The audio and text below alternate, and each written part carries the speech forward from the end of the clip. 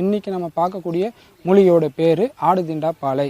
இதனுடைய தாவரவியல் பேர் எப்படின்னு கேட்டிங்கன்னா அரிஸ்டோலோச்சியா பிராக்டோலேட்டா அப்படின்ற தாவரவியல் பேரும், இது வந்து அரிஸ்டோலோச்சேசியா அப்படின்ற தாவர குடும்பத்தையும் சார்ந்தது. இது வந்து பார்த்திங்கன்னா மாற்று அடுக்கில் அமைந்த வெள்ளை பூச்சுள்ள தட்டையான முட்டை வடிவ இலைகளை உடைய ஒரு படர்ந்து வளரக்கூடிய ஒரு சிறு செடியினும் இது வந்து பார்த்தீங்கன்னாக்கா நல்ல முதிர்ந்த நிலையில் வெடித்து சிதறக்கூடிய காய்களை உடைய ஒரு செடி. அது மட்டும் இல்லாமல் இது வந்து பார்த்திங்கன்னா கரிசல் நிலங்களில் தான் அதிகமாக வளரக்கூடிய தன்மை பெற்றது.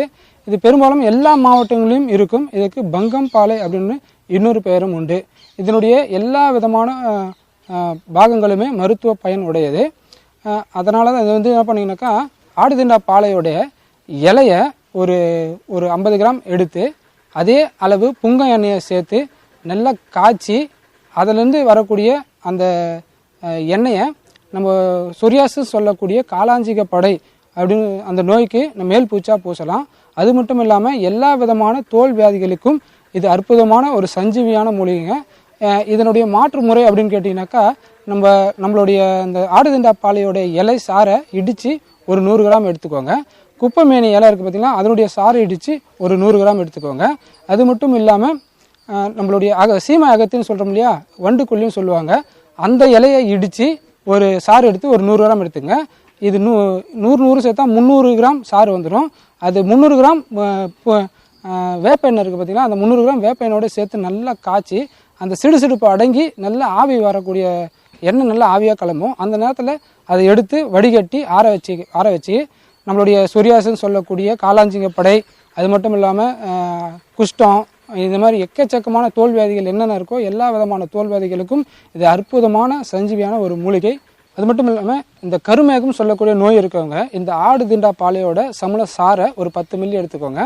1 டம்ளர் இளநீரில் இதை கலந்து குடிச்சிட்டு வந்தீங்கன்னா அந்த கருமேகம் சொல்லக்கூடிய நோய் ஈஸியாக குணமாயிடுமுங்க. அது மட்டும் இல்லாமல் வெள்ளாட்டு பால் இருக்குது பார்த்திங்கன்னா, அந்த வெள்ளாட்டு பாலில் இந்த ஆடுதிண்டா பாலையோட சமலச்சாரை கலந்து அளவு எடுத்து கலந்து ஒரு கொட்டைப்பாக்கு அளவு எடுத்து கலந்து நீங்கள் வந்து உள்ளுக்கு சாப்பிட்டு வந்தீங்க அப்படின்னாக்கா, அதாவது பிளவைன்னு சொல்லக்கூடிய அந்த வெடிப்பு வருதுன்னா பித்த வெடிப்பினால் உருவாக்கக்கூடியது, கருமேகம், அது மாதிரி சூளை புண்ணுன்னு சொல்லுவாங்க, கிரந்தி, அது மட்டும் குஷ்டம், இந்த மாதிரி ஆறாத புண்கள் அப்படி இருந்தாலும் இது ஈஸியாக ஆறக்கூடிய குணம் உண்டது. அது மட்டும் இல்லாமல் இந்த உலர்ந்த ஆடுதிண்டா பாலையோட இலையை ஒரு கைப்பிடி எடுத்துக்கோங்க. அதை எடுத்து நல்லா நசுக்கி வதக்கி ஒரு 1/4 லிட்டர் தண்ணியில் போட்டு நல்லா சுண்டை காய்ச்சி 1 ounce வீதம் நீங்கள் 3 நாள் இந்த மாதிரி நீங்கள் தொடர்ச்சியாக சாப்பிட்டு வந்தீங்கன்னா நம்ம வயிற்றில் உள்ளக்கூடிய பூச்சிகள்லாம் அழிஞ்சிடும். நிறைய பேர் வந்து பூச்சி அதிகமாக இருந்ததுன்னா அவங்களுக்கு வந்து உடல் வந்து ரொம்ப மெலிவாக இருப்பாங்க. அதே நேரத்தில் உடல் வந்து எவ்வளோ சாப்பிட்டாலும் அவங்க உடல் ஆரோக்கியமாகவே இருக்காது. அந்த பூச்சி வந்து பார்த்தீங்கன்னாக்கா அவங்களுக்கு அந்த அளவுக்கு டிஸ்டர்பன்ஸாக இருக்கும்.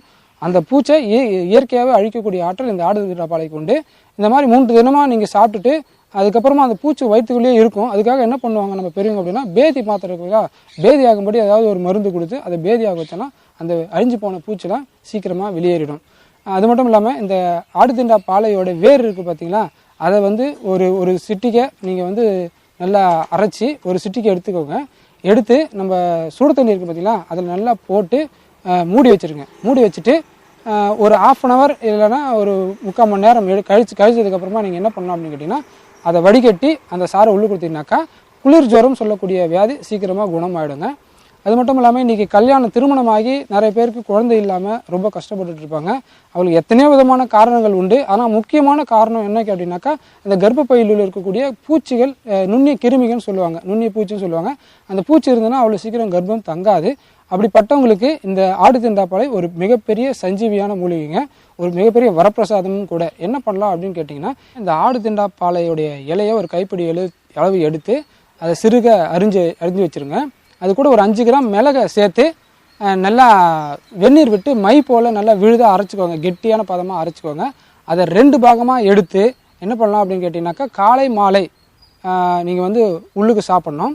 இதை வந்து எப்போ சாப்பிட்ணும் அப்படின்னு கேட்டிங்கனாக்கா, வீட்டு விளக்கு நின்ற 3ஆம் நாள் இருக்கு இல்லையா, அது வீட்டு விளக்கு நின்று அந்த 3ஆம் நாள் முதல் 5ஆம் நாள் வரை 3, 4, 5 ஆக 3 நாள் மாதத்தில் ஒரு 3 நாள் இது மாதிரி சாப்பிடணும். தொடர்ச்சியாக 3 மாதம் நீங்கள் வந்து இந்த மாதிரி தொடர்ச்சி சாப்பிடணும். அந்த வயிற்றில் இருக்கக்கூடிய பூச்சிகள்லாம் அழிஞ்சு கர்ப்பம் சீக்கிரமாக தரிக்கிறதுக்கு உண்டான வாய்ப்பை கூடும். அற்புதமான மூலிகையான இந்த ஆடுதிண்டா பாலைக்கு மட்டும்தான் இந்த அற்புத ஆற்றல் உண்டு.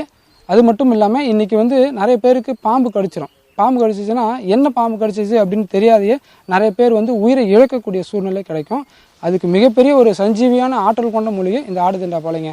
இதுக்கு மட்டும்தான் நம்மளுடைய என்ன பாம்பு கடிச்சிது அப்படின்ற ஒரு குணத்தை எடுத்து காட்டக்கூடிய ஆற்றல் உண்டு. எப்படி அதை எடுத்துக்கலாம் அப்படின்னா, அந்த பாம்பு தீண்டப்பட்டவருடைய வாயில் இந்த ஆடுதிண்டாப்பாலுடைய வேர் இருக்குது பார்த்தீங்களா, அதை வந்து ஒரு கொட்டைப்பாக்கு அளவு எடுத்து அவங்களுடைய வாயில் போட்டு மென்று சாப்பிடும்போது ஒரு டேஸ்ட் சுவை கிடைக்கும். என்ன சுவை கிடைக்குதோ அந்த சுவையை வச்சு இந்த பாம்பு தான் கடிச்சிது அப்படின்றத நம்ம ஈஸியாக கண்டுபிடிச்சிடலாம். அந்த வேரோட சுவை வந்து புளிப்பாக இருந்துச்சுன்னா அது புடையன் பாம்போட விஷம். அதே நேரத்தில் உப்பாக இருந்துச்சுன்னா அது வந்து விரியன் பாம்போட விஷம். துவர்ப்பாக இருந்துச்சு அப்படின்னா வாழை பாம்போட விஷம். அது மட்டும் இல்லை இனிப்பாக இருந்துச்சு அப்படின்னாக்கா அது வந்து நல்ல பாம்போட விஷம். சரி, கசப்பாக இருந்துச்சு அப்படின்னாக்கா எந்த பாம்புமே கடிக்கல, தைரியமாக இருக்கலாம். நீங்கள் இந்த மாதிரி எந்த பாம்பு கடிச்சிது அப்படின்றத ஈஸியாக தெரிஞ்சுட்டு அதுக்குண்டான ஃபர்ஸ்ட் எய்ட் மருத்துவத்தை நம்ம எடுத்துக்கலாம். அதுக்குள்ளே சீக்கிரமாக போயிட்டு நம்ம ஹாஸ்பிட்டல்லையோ இல்லை அதுக்குண்டான மருத்துவர்களையோ நாடி நம்மளுடைய நஞ்சை முறிக்கக்கூடிய மருந்து எடுத்துக்கிட்டிங்கனாக்கா நம்ம உயிர் காப்பாற்றப்படும். அவ்வளோ அற்புதமான ஆற்றல் இந்த ஆடுதிண்டாப்பாலைக்கு உண்டுங்க. இதை வந்து நீங்கள் வேரோடு நோண்டி எடுத்துகிட்டு வந்து நீங்கள் வீட்டில் வச்சு ஒரு தொட்டியில் வச்சு வளர்க்கலாம். அப்படி இல்லை அப்படின்னாக்கா ஒரு வீட்டு தோட்டங்களில் நீங்கள் வளர்க்கலாம். அப்படின்னா இதனுடைய விதைகள் எடுத்துகிட்டு வந்து வச்சும் நீங்கள் வளர்க்கலாம். இதை வளர்த்திங்கன்னா பார்க்குறதுக்கே ரொம்ப அழகாகவும் இருக்கும். இதனுடைய வீரியம் ரொம்ப அதிகமானதுங்க. அதனால் உங்கள் வீட்டுகளில் கண்டிப்பாக வளர்க்கக்கூடிய விஷ ஜந்துக்களுக்காக பயப்படக்கூடிய எல்லோருமே வளர்க்கக்கூடிய ஒரு அற்புதமான மூலிகை இந்த ஆடுதிண்டாப்பாலை. இது நீங்கள் மட்டும் இல்லாமல் உங்கள் உறவினர்கள், உங்கள் நண்பர்கள் எல்லார்கிட்டையும் சொல்லி இதனுடைய பயனை சொன்னீங்க அப்படின்னா கண்டிப்பாக இதை வளர்க்குறதுக்கு உண்டான முயற்சியை அவங்க எடுப்பாங்க.